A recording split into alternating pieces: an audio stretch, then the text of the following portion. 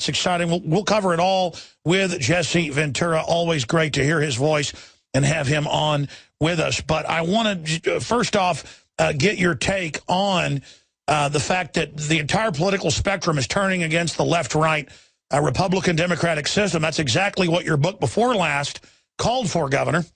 Well, you know, maybe all I can say, Alex, is maybe the people have had enough, and maybe they're going to become vigilant again, like what our forefathers had in mind. What our country was supposed to be was active, involved citizenry, looking at continuing to keep the government in check, and in letting them know something that, Alex, we've allowed them to perpetrate, and that is we've forgotten we're the boss. We're supposed to be the boss. They're supposed to work for us. And I think people have lost sight of that fact, and they've been misled to believe that somehow the government's the boss and we work for them. And it's not supposed to be that way, and I certainly hope they're waking up to that. That sounds like the way the Founding Fathers talked, or anybody else in world history that wanted freedom. That sounds like extremist talk, Governor. Well, you know, it probably is extremist talk. It's for extreme freedom. And that's what our country was founded upon. They're the fathers of our country. They had the vision. Let's live the vision. And they put that vision down in a document called the Constitution and the Bill of Rights. And that's the fabric of our nation, and we need to live by those documents, or we're not the nation that they wanted us to be. Well, Governor, you're a humble guy overall, getting to know you personally, but also on air. You don't really toot your own horn. But for over a decade, you've been speaking out against the violations of liberties and freedoms prominently in the national press before that as well. And it was Governor. But you've really gotten more awake, in my perspective, the last decade or so on the NSA spying, the secret police, the NDAA, the Patriot Act. And we're criticized for that. Or saying our government runs al-Qaeda, stages false flags. That's now mainstream news. I think the establishment owes us an apology. Now, I'm not holding my breath expecting it, but I think it's important for us to say, hey, we were right, you were wrong. What do you say to that? I agree. I mean, you know, I've been talking about these issues now for over a decade, you know, a lot. And probably I even talked about them back when I used to do my own talk radio in Minnesota in the 90s. I was always questioning government then. That was one of the reasons while I was questioning government that I ended up becoming governor of the state of Minnesota. Because there was a major thing that happened in Minnesota that I felt very strongly about, and I got on my soapbox on the radio show and did my tirade on it. And lo and behold, at the end of the tirade, I just made an off-the-cuff statement of, well, maybe I ought to run for governor. And the rest is history. And that's how it all started, to where I then did it and was successful at doing it. And ever since now, I've been locked into this battle with the Democrats and Republicans and the status quo of our country. I mean, I'm astounded, Alex, when you see that the approval rating of Congress is at 10%, and yet they still get reelected. How can that be? Well, we know there's massive election fraud. It's not total, but it's been proven. If somebody has a land... But not to that level, Alex. I can't believe that other candidates are winning and they're able to fraud out and only Democrats and Republicans. I think it falls on us. We, for some reason, have been so programmed that the only person you can vote for is a Democrat or Republican, and we have to break that programming. Oh, well, I agree. That's the main reason. But added to that, there's also all the special interest money that goes to Republicans and Democrats, so only they can get their name out to people, so the public only knows about them. That's true, too. Well, look at it, the situation. They have a perfect situation because they're in charge and they get to make the rules. Imagine, let's put it into a football. Everybody, it's football season. We all love football. Imagine if your football team was real good at passing the ball, but you weren't that good at running the ball. And let's say the first half of the game, you got a one-touchdown lead because you could throw the ball well. But then the other side, at halftime, they got to change the rules now, and they said throwing passes is now illegal. You're going to have to run. Well, that's what we're up against when the Democrats and Republicans make the rules. They're going to change the rules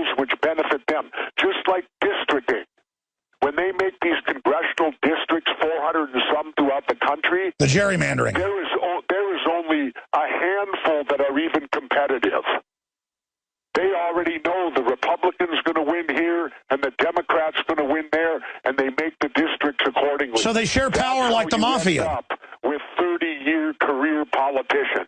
Yeah, they share power like the mafia. Yes. Wow. And you wrote a book about... Well, actually, I shouldn't say yes. I don't know that much about the mafia. Well, that's what the mafia does, is they have territories. I know about what government does. I know a whole lot more about what government does than what the mafia does, so I'll take your word for it. Well, sure. I mean, mafias have territories, and they have deals, they have commission meetings, and that's what the Republicans and Democrats have done is, I mean, you compared them to the Crips and the Bloods. Yeah, with my apologies to the Crips and the Bloods, and here's why. Think of this, Alex. These parties are worse than the Crips and Bloods because they affect each and every one of us. The Crips and Bloods only affect people where they're at. That's right. Like in L.A. You know, that's their stronghold. But these guys affect everybody, whether you live in the far reaches up in Wyoming and Montana or you live on the beaches of Florida. These people and what they do affect each and every one of us. That makes them worse. Well, that's my biggest gripe with this system, and now that they're grabbing people from countries that don't have extradition agreements with the so-called U.S., there's like nowhere to run. Well, I could tell you this. If I became president, the first thing I would do, I would executively pardon both Bradley Manning and Snowden. No, that'd be great. I would pardon them immediately. Because whistleblowers on the government are not bad, they are good. Because if our government's out there and if they're breaking their own laws and are doing what they're not supposed to be doing, and a government employee has the courage to come out and go public to inform us, the people, that's telling the boss. So the government employee is doing the right thing. He's seeing malfeasance in the workplace, and he's going to the boss, which is us, the people. We have to get that back in our heads again, like I said earlier. We are the boss. Well, why should a person be chastised or reprimanded or sent to jail for doing the right thing? You're right. Tosh Plumlee is a CIA contractor, a very famous whistleblower, still works in contracting. He gave Fox News the interview, it came out last night, of what really happened in Benghazi, and now the government's coming after him. I want to shift gears out of the whistleblowers for a moment, then come back from break and get into the petition you've got going, taking action with Governor Jesse Ventura, former Minnesota governor, joins us. But before we go to break, they are now playing this announcement all over the country at airports. I know you haven't been there in over 2 years because you have been protesting it, but I've seen you argue with the TSA, just say, hey, this is wrong, this is ridiculous. I do the same thing. They're now airing announcements that if you make a joke or that if you do anything, they're going to arrest you. There's no law. You're not saying there's a bomb. But if you laugh at them or if you say this is ridiculous, which I do every time I fly, well, then they're going to arrest you. I want to play you the announcement that they're playing in Houston. Here it is. Pay particular attention to your luggage and personal belongings. Unattended luggage will, and personal belongings may be treated as a danger to the facility. Do not be persuaded by strangers or individuals you do not know well to take articles aboard your flight. You are also reminded that any inappropriate remarks or jokes concerning security may result in your arrest. We appreciate your cooperation while these measures are in effect. All right, that reminds me of the Running Man where they say, don't be out after dark, you'll be permanently detained. I'm about to pop a Cadre Cola here, Jesse. I mean, this is crazy. That's George Herbert Walker Bush Airport out of Houston. What do you say to that? Well, it doesn't surprise me because remember my court case, Alex. When I sued the TSA and Homeland Security and was thrown out of court, the judge's ruling was she didn't have jurisdiction. And I told everybody, you need to understand that all airports in America today, the Constitution and Bill of Rights does not exist. So you don't have the First Amendment out there because there's nowhere you can go to seek redress. I tried. And they throw it out of court. You can't get your day in court. That way they don't have to deal with it. And so I've told people, remember, when you're in airports, you have no protection under the Constitution. You have no protection under the Bill of Rights. So hearing that message I fully understand it because they don't have to abide by the First Amendment. Unpopular speech at an airport could get you thrown in jail.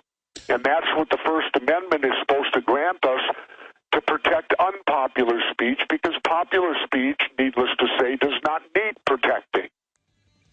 So it's not shocking to me, Alex. I lived it trying to go to court to see if I had any Bill of Rights protection. Well, that's why I brought it up. I know you've had your... That I did not. I know you've had your battles. Let's come back and talk more about that and then the petition with former Minnesota Governor Jesse Ventura. We'll also talk about his new book, already a bestseller.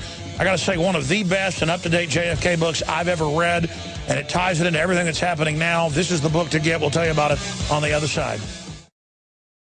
Alex Jones here with a very important announcement for truth seekers. We've carried a lot of amazing films and books over the years on the online video bookstore at Infowars.com. And out of all the titles we've carried, one stands out because it is just so chillingly convincing. And that's Dreams from My Real Father by Joel Gilbert, available at Infowars.com. This film exposes the fraud that Obama is like nothing I've seen. If you want to know who Obama's real daddy is, this is the film for you. Don't forget, your purchase supports our broadcast and our growing media network. You'll also find at InfoWarsShop.com, None Dare Call a Conspiracy by Gary Allen, the book that woke me up. We're also carrying Behind the Green Mask, UN Agenda 21 by Rosa Corey. This book is coffin nails to the globalist takeover. The Greater Good, the most professional and up-to-date film I've ever seen exposing the scourge that is vaccines. These titles and a lot more are all available at InfoWarsShop.com.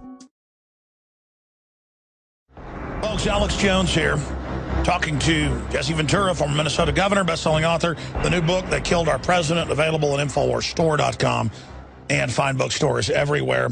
You can follow Governor Ventura on his Facebook as well, the official Jesse Ventura Facebook. We have links to that up on the screen for folks that want to follow it. Going back to the governor here elaborating, he was still fired up during the break talking about the TSA. And I got physically upset this morning when I saw the video and the audio of the announcement. And then my crew was like, oh, you didn't know that's been going on the last 6 months? Everybody in the office that's flown has heard it. And they now yell at you when you're going through line. It's like they're there to let you know you're a slave. This is a conscious project. Then there's nothing to charge you with. They just threaten you. But I have read about them actually arresting people and claiming disorderly conduct if you just say, I don't like you grabbing my genitals. Well, I guess that's terrorism. Governor, they're now expanding into the highways. Here in Austin, they have random TSA checkpoints now. I guess if I say, no, you're not grabbing my wife's breast, I guess I go to jail. They're now God. I now live in North Korea. Oh, you know, that stuff started in Tennessee. They were the first state that they're called TSA Viper teams. That's right. And they're out on the highways. I can't believe they're down in Texas now, too. I guess they're spreading like cancer. And, you know, I hope it doesn't get to that because I drive to and from Mexico every year, and I hope that every state I go through, I don't have to face the fact of being randomly pulled over for no reason just to see, you know, if I have a wrong bumper sticker on my car or something that they might suggest that I'm not following the state policy line. I don't know. Well, in the future, you'll probably have to, like, shine their shoes or they'll arrest you. Well, again, it's our fault because we've allowed it to get this way. We have to be vigilant. We have to be active citizens, what our forefathers wanted for this great country of ours to be. And we have done that. We're following like sheep and we're marching in line like lemmings. And the few of us that get out of line then get, you know, we take the brunt end of it. Either they try to assassinate you, what you stand for and who you are, or in the case of John Kennedy, physically they assassinate you. Governor, I want to get into your petition, but I mean, you never brag about this or anything, but I've had a chance to talk to you, and I also know a lot about World War II history and know some of the ground that Audie Murphy chewed there in Germany. Your dad was a war hero, had a bunch of battle stars, blew up a bunch of tanks, was in some of the same major battles as Audie Murphy. All that stuff. What would your dad today, because we see all these World War II vets crossing the picket line, not allowed to be on the National Mall. What would your dad think? My dad was against the Vietnam War before the hippies were. I remember it as a kid. I was coming home before hippies were even out there protesting. I would come home from school, and of course, I was being taught that we were stopping the domino effect of communism, while today I've learned at the same time the people behind the Iron Curtain, as they called it, were being told we must stop the capitalist imperialists from taking over the world. Sure. So both peoples were being sold the same bill of goods. But I remember my dad sitting at the dinner table, and my father had, I think, 6 or 7 bronze battle stars, and I come from a rare family where my mother is also a World War II veteran. She was a nurse in North Africa. And my dad was so against the Vietnam War before the hippies even were. And at that age, I couldn't understand why. But as I grow older now, I realize that my dad gets smarter all the time, and things that he only had an 8th grade education.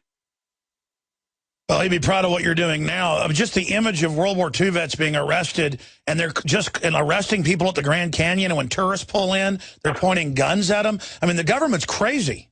Well, you know, it's every time I cross a border, I go through one of these immigration checks, I always have my window down, and I say to the agent, please don't violate our Constitution and Bill of Rights, you as an individual.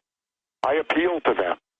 Don't let it happen, because, you know, even the government employees need to understand, yes, you're doing your job, but you need to have the courage. If they're asking you to do something that you know is against the Bill of Rights or the Constitution, then, and you don't stand up for it, well, then you're not a hero. You're not doing for our country what we need to have done. And that's people within the government standing up for those 2 great documents, and not just doing it because your boss tells you you're supposed to. That's how they get away with stuff. You're right. Stay there. I want to come back and get into the petition and other world news events that are taking place. Former Minnesota Governor Jesse Ventura is our guest. The book, They Killed Our President, 63 Reasons to Believe There Was a Conspiracy to Assassinate JFK, with the 50th anniversary coming up. InfoWarsStore.com to get the book and support the broadcast. We'll be right back with a long segment. I'm Darren McBreen, and these are some of the new items that are available now at InfoWarsShop.com. Alert the public to Obama's blatant abuse of power with the new Obama T-shirt. Obama's Joker face on the front and come and take it on the back. It's time to publicly call him out for what he is, a tyrant. Defend the Second Amendment with our top seller Come and Take It T-shirts. And look at that, women's cut tank tops and T-shirts now available. Nice hat. Plus the Don't Tread on Me flag. And now you can become a micro distributor of the InfoWars magazine. Plus, get your own copy delivered right to your door each and every month. And if you're tired like I am of you and your family being exposed to polluted drinking water, get the Pro One high-performance water filter. It gets rid of all pathogenic bacteria, cyst, fluoride, heavy metals, and numerous other contaminants. So join the revolution at InfoWarsShop.com.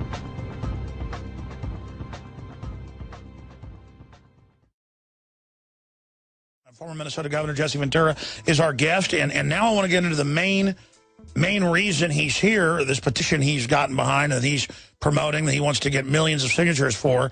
And it's a really good idea to take action. We're going to go over some of the things that are in the petition, but finishing up with war being a racket and finishing your story about your dad and your mom, why was your dad, before it was even cool, before it was even officially starting, against the Vietnam War, being a World War II decorated veteran himself? Well, I always remember my dad, Alex, saying to me, this isn't about stopping communism. He said, somebody's over there making big money. And this is back in the early 60s when Vietnam was just starting up. And my dad, and he sure as heck was right on, because it had nothing to do with stopping communism. None of the wars do. I don't care what. If Smedley Butler said it in his book, War is a Racket. They're always orchestrated so that somebody is going to profit and make huge amounts of money. Take a look at our most recent wars and take a look at Halliburton. That's right. It's just disgusting how all these corrupt interests are just getting away with it. Smedley Butler stated stated, and he's 100 years ago almost, he said he didn't fight for the American people. He fought for the United Fruit Corporation. When they didn't get cooperation in Central and South America, they'd send in the Marines to get it. And now Homeland Security is going to send in their own forces to make sure we do what they say. Apparently so. Just like this whole thing in Syria. It's really because the Assad government is not approving an oil pipeline. That's right, big part of it. You know, and so they want to get a government in there that will grant the wishes of the oil company and let the pipeline go through. That's why there's this rise up. You're not going to tell me this is an organized, the people are doing it because they're oppressed. They're being instigated to do it because they want, now would a new government be good? Maybe, maybe not. I don't know. You know, I often look at Iraq today and I say, is Iraq better off today or were they better off before? It's way worse. I got to figure they were better off before. Well, same thing with Egypt, same thing with Libya. I mean, here's CNS News. Syrian rebels swap crosses atop churches for al-Qaeda flags. I mean, this is the worst group you can put in. I mean, this is the atrocities they commit. Jerusalem Post, they're accusing Syrian rebels of committing war crimes. I mean, that's like asking that a bear went in the bathroom in the woods or fish swim in the ocean. I mean, it's just... And then the whole thing, Alex, the whole thing about Syria using chemical weapons, what hypocrisy that is. We've been using chemical weapons for 60-some years. That's right. Napalm. Well, they got caught using real nerve gas in Vietnam. Well, what do you think DU is? It's got a 4 billion year half-life. It's a radiation weapon. Well, you know, there you go. So, you know, we're such hypocrites. We point our fingers at other countries and shake them at them. We ought to hold up a mirror and once in a while take a look in it. I agree. I want to go to your petition, the reason you're here, but sure. You're a smart guy. I mean, you've been around. You're street smart as well. I've studied history. Cultures tend to go crazy and collapse sometimes. Power elites go crazy more often than not. The establishment, I mean, here's an example. A national study out, a global UN study, 91% of nuclear reactors of 400 plus worldwide are leaking. They don't even fix them now. All sorts of other maintenance in corporate and government systems. Like the engineers told BP, as you know, you did an investigation on it, you cannot dump salt water on top of this. You have to dump concrete. I don't care if it'll save you hundreds of millions of dollars. This will blow up. And when the head engineer refused to do it, they removed him and put somebody in that would. And that's what I'm saying. Why would John Corzine make 40-to-1 bet with people's private bank accounts as the head of MF Global? I'm saying the people running things are crazy. It seems like they've gone nuts. They think they're invincible. I mean, they're just doing crazy things. What do you think's going on here? Well, Alex, they're not crazy. It's working, isn't it? I guess it is. Well, then how are they crazy? I guess we're crazy then. We're crazy. Yeah, it's time for us to look in the mirror. And, you know, they can only get away with it because we allow them to. Yeah, sure, but how does it, I mean, if I was the head of BP drilling and I wasn't an engineer, I wouldn't say dump salt water on top of a well when you're drilling instead of concrete, and the engineer goes, it's going to blow up. I don't care. Do it. I mean, there is some craziness there. Oh, certainly there is. And obviously the person saying it isn't going to be standing by the explosion either, are they? No, exactly. So, well, that's like it's easy to go to war because the people that send you to war, they're not going to be fighting it. You are. And they're not going to get hurt. They're not going to, you know, one of the most disgusting things I ever saw with George Bush was when the press had him outside the White House. He was waiting for Laura. They were going to some function dressed in tuxedos and all that. And George Bush did that little tap dance around for the press and said, gee, Laura and I are having such fun being the president. And I thought, yeah, well, you got these young kids. Couldn't you at least be solemn? You've taken us to 2 wars. Young men and women are dying halfway around the world, and you're dancing around with your tuxedo on, wow, telling everybody what a good time you're having. You just touched on something. Just being a news person and knowing all this, I feel guilty if I go to a movie or if I go fishing or if I try to go learn how to play golf again. But then I realize, no, I got to have some time off or I'll go crazy. But I feel guilty when I'm working so late because I want to be with my kids. But then I feel guilty if I don't go work because I know how much trouble the country's in. And then meanwhile, these politicians reportedly during the shutdown have been drunk the entire time, partying and having sex like it's funny. And it is to them because they make the rules. It's that simple. I remember when I first won governor, and I had all my best friends from the old neighborhood over to the governor's residence for dinner, and one of my best friends proposed a toast and held the glass up and just simply said, "It's good to be king." Yeah.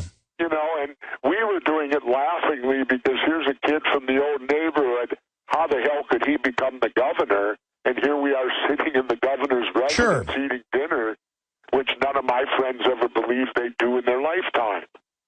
But yet, what he said was so profound because it is good to be king. And right now, they're the kings. And so, you know, we're the minions. We allegedly have to do what they want us to, but we weren't supposed to be that way. We're supposed to be in control, electing them. And my view is this, Alex. Every one of them should be voted out of office that caused the government shutdown. Well, there's this new movement going that sounds something like you'd say called Throw the Bums Out. In fact, there's a big... Well, that's a new old movement. That was brought up about 20-some years ago that appeared first. Sure, but I'm saying it's back. It's back. It's a new old movement with new ignition to it. Shifting gears into why you're here, people can go to change.org and be part of it. And people say, oh, this won't save the world. Hey, it'll get a lot of attention. It'll bring focus. It'll show examples of how to fix things. We've done petitions Alex, that have made... Alex, I can tell you this from experience. Elected officials, the most important thing for them is getting reelected. That's the most important thing. That's why I can unequivocally tell people if they sign this petition and we get it up to 5 or 10 million, let's pipe dream and think we can get it that far on the internet, because you can on the internet. If we can get it up that high, trust me, it will have an impact, because I tried to get unicameral in Minnesota, single-house legislature, but because the people didn't respond with cards and letters and communication, the elected officials knew it was too confusing for the people, and they didn't want to. It wasn't hype. Oh no, I agree. I'm saying petitions work. I was saying big petitions work. We've done them, and they've become huge news items, and it's gotten things done. And you being behind it and getting everybody behind it, very exciting. The headline is "Federal Elected Officials in the Government Shutdown and Regain Our Civil Liberties," a petition by former Minnesota Governor Jesse Ventura. So go over the petition with us and tell folks how they go sign on to it. Well, you know, the petition covers a variety of things. It covers abolishing the Patriot Act, no more government shutdowns, for them to look at abolishing the income tax and going to a national sales tax, which, let me make that a quick argument, that would make we, the citizens, number one. Just think of it this way. You would get your money first, not second. Right now, you get your money second. Let's end that and give you your money first, and the government gets it second. And it goes on to just other straight common sense things that we need to have done in this country, and that should be done and should be part of what the United States is. It's a great idea. We can get rid of the other taxes with it. My problem is they may try to slap it on top of the others, but I agree it's a good idea overall, and it's constitutional. You got to abolish the income tax. Sure. That's the trade-off. Imagine this, Alex. With no income tax, you'd never have to face an audit again. Never. Because all taxes would be paid business to government, which they already do. And then people have said to me, well, what do you do with the internal revenue if they're not, you reverse their role. You make it so that they watch the corporations and the government and ensure they're doing the right thing with our money. That's a great idea. You get them not watching us. Reverse them. And the national sales tax would do all those things. Well, plus the sales tax, it's hard to get out of, so it would actually bring the revenue in, and then you decide when and where you want to pay tax. Sure. If you don't want to pay any taxes this week, don't buy nothing. And it can be done like this, too, Alex. You don't have to tax food. And you don't have to tax clothing unless, say, the article of clothing is worth more than $150. Well, I'll tell you this is slavery when they take your money and then give you some of it back. I mean, that is incredible. Exactly, and the national sales tax would change all that. Plus, here's another big part of it. It would force the government to live with the economy. Because if we're not buying buying nothing, they're not getting any money. I think it's a great idea. My problem is they always say they're going to do it, and then they say, oh, but we're going to have the Social Security tax, which is still there. That's really the income tax that they can jack back up later. But I do support that. Alex, they're never going to do this. That's why we need to elect people that will. I agree. Let's go over more of the petition. And where's the best place for people to find the link directly to it? At your Facebook? Yeah, they can go to my Facebook, or like I said, www.change.org/Jesse Ventura. Multiple ways you can get there. The petition's there. I really encourage people. It don't take but a second to sign it if you agree with it. I can't imagine anybody that listens to Alex Jones who wouldn't agree with it. And you're launching it right now, folks. All need to go there. I'm going to have an article put out at Infowars.com and PrisonPlanet.com to try to force this out there, even to just make the media look at the solutions in here. What do you think about the spectacle of the Communist Chinese and the IMF and others lecturing us on the debt limit, and then Obama saying raising the debt limit does not raise the amount of debt we have? I mean, this is getting crazy. No. And well, yeah, I don't begrudge the Chinese nothing. I mean, how much in debt are we to them? 1.3 trillion. There you go. They have a dog in the fight. They don't want to lose their money, too. So I don't begrudge the Chinese saying something. Hell, if somebody owed me money like that and was going to quit their job or whatever, I'd go up to them and say, wait a minute here. You owe me some money. If you quit your job, I'm not going to get paid. Oh, no, I get why that's happening. I'm saying look at our country maneuvered into this position, as Ron Paul said earlier when he was on in the last hour. He said, look, they've given tens of trillions to foreign banks. They've bailed out mega corporations. They always wait to pay the veterans who are disabled till last, just like the city only fills the potholes last after they've gotten all the money they want. They're holding us hostage, is my point. Oh, completely. I was on last week with Congressman Paul, and the wonderful thing about being on with him is we agree. It's like going on with you, Alex. We're all in complete agreement. And the only beef I had with Ron Paul was that he's not there anymore. You know, I thought, here's the one guy I knew in Congress that I could go to. I could get an interview with him when I had a TV show, and that he would talk to me, and he would tell me the truth as he saw it. And that's the kind of guys I like, are people that tell me the truth. I don't have to agree with you. You don't have to agree with me. But we at least know we're getting the truth. We're not straight shooters. Straight shooters. Yes. But look, we're not Jesse Ventura, Ron Paul, Alex Jones. The truth is, we're nothing special. The average American thinks like we do. All the polls show it. The problem is, like you said, both parties have rigged the game. They're up there. It doesn't matter if they're unpopular. They've rigged the game. And then they act like we're weird because we just want our American system back. Well, then we have to take it back. I agree with you. If they're not going to cooperate and they're not going to do the jobs that we elect them to do, then how many times do I have to tell people, stop putting them in office? Let me ask you this. In your gut, because you live in Mexico part of the time now, hedging your bets, you've got a big show that's about to launch that I think has a great idea how you're like from behind enemy lines or from outside the occupied America, and I can't wait to see that and hear that. But Governor Ventura, in your gut, what do you think is going to end up happening, even midterm, long-term in this country?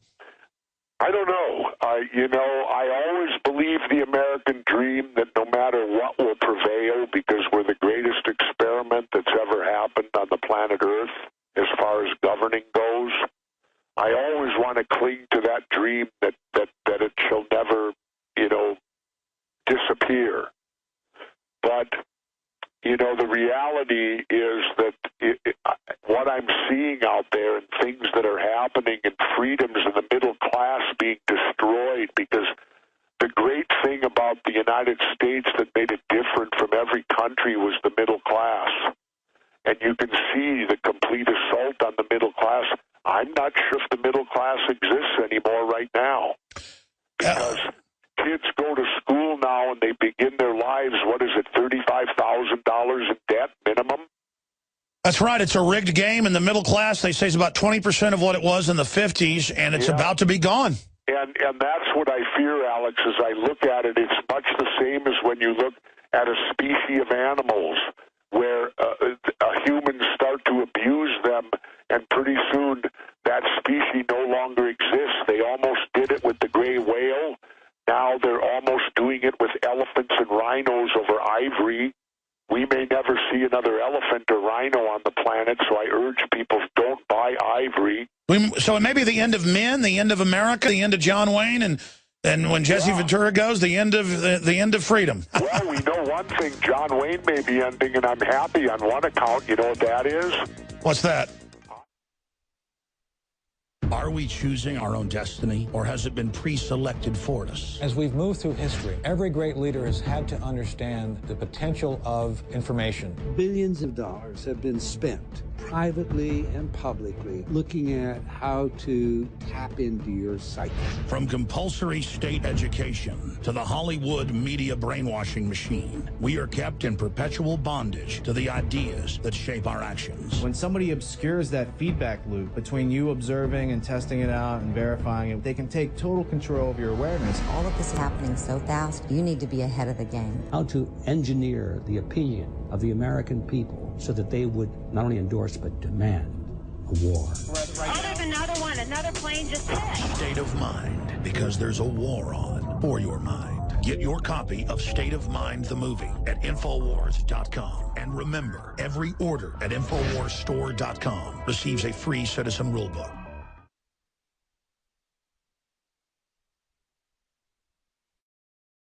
We got former governor of Minnesota, Jesse Ventura, on his new book.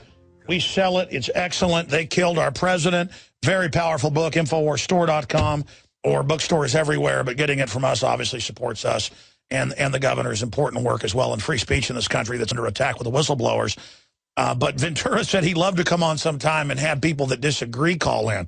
So next time he's on, at least for half the interview, we'll open the phone up for people that disagree, because it is entertaining and informative, and he gets to hear their perspective. So he asked for it. We'll do it next time. But, Governor, you got cut off by the satellite break. It's automatic. Make your point about the Redskins, sir. Well, what I wanted to say on that is this. I used to do I broadcasted the NFL for 3 years, 2 for Tampa and 1 for Minnesota, and I purposely would, to the best of my knowledge, I never used that nickname. I found it offensive. I would only refer to them as Washington. And here, it's this simple. Could you walk up to a Native American on the street you did not know and call them a redskin? Hey, redskin, come here. Or walk up, hey, redneck. No, I mean, I get it can be seen as offensive. I just think it's grandstanding when Obama makes a big deal out of it when he's bombing brown people. I disagree. I don't believe it's grandstanding. I think it's grandstanding when you hear the owner of the team saying that it's not racist and no one should be offended. Sure, when they go after players for lesser stuff, they say it's racist. Look at the kid in Philadelphia. The kid in Philadelphia says a racial slur, and it's caught on tape, and the NFL sends him to school sensitivity training. Well, what it shows me is this. We as individuals can be accused of racism, but corporations can't be. Very good point. Have a corporation in Washington that has a racial nickname and nothing, we're keeping it, our fans love it. And the only reason that that term redskin is okay is because John Wayne said it in the movie. No, I understand that, and that's how it came up. But my point, Jesse, is this. What I'm trying to get at here is this. I get it can have that connotation. I'm not debating that. And I get the double standard. That's a great point you've made. I'm not even disagreeing. It's okay to disagree. I just don't. I want to be clear.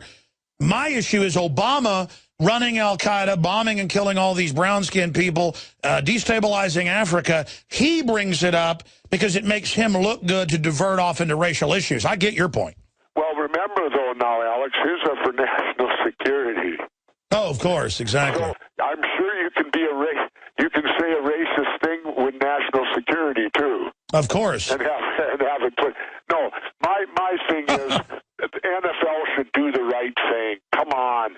They couldn't have a team, say, from San Francisco and call them the Yellowskins and depict them as Chinese, could they? But I think the argument is like the Minnesota Vikings, who I know you like. I mean, they... Yeah, but that's different. That's an individual. It's like the guy I saw. He had on his shirt, I'm a Cherokee, not a Redskin. Nobody's debating there isn't elements of our society like Vikings and like this and that and the different tribes. Fine and dandy. Well, you know what? I take your point. An retire calling them Redskins? Well, I've seen them change the name of schools from Indians, saying we don't like being your mascot. Well, they're entitled to say that. But, yeah, but see, then they control everything. Offensive. Yeah. This thing is beyond that. It's and for the NFL to chastise one of their players, what hypocrisy. Oh, no, listen, I agree with you there. I agree with you there. So, listen, I hope to get you back soon. If not, I guess it'll be in the spring, and good luck down in Mexico. Okay, thanks, Alex. Always a pleasure, and we'll talk to you again soon. And to all your listeners out there, keep up the fight. And go sign the petition. Absolutely.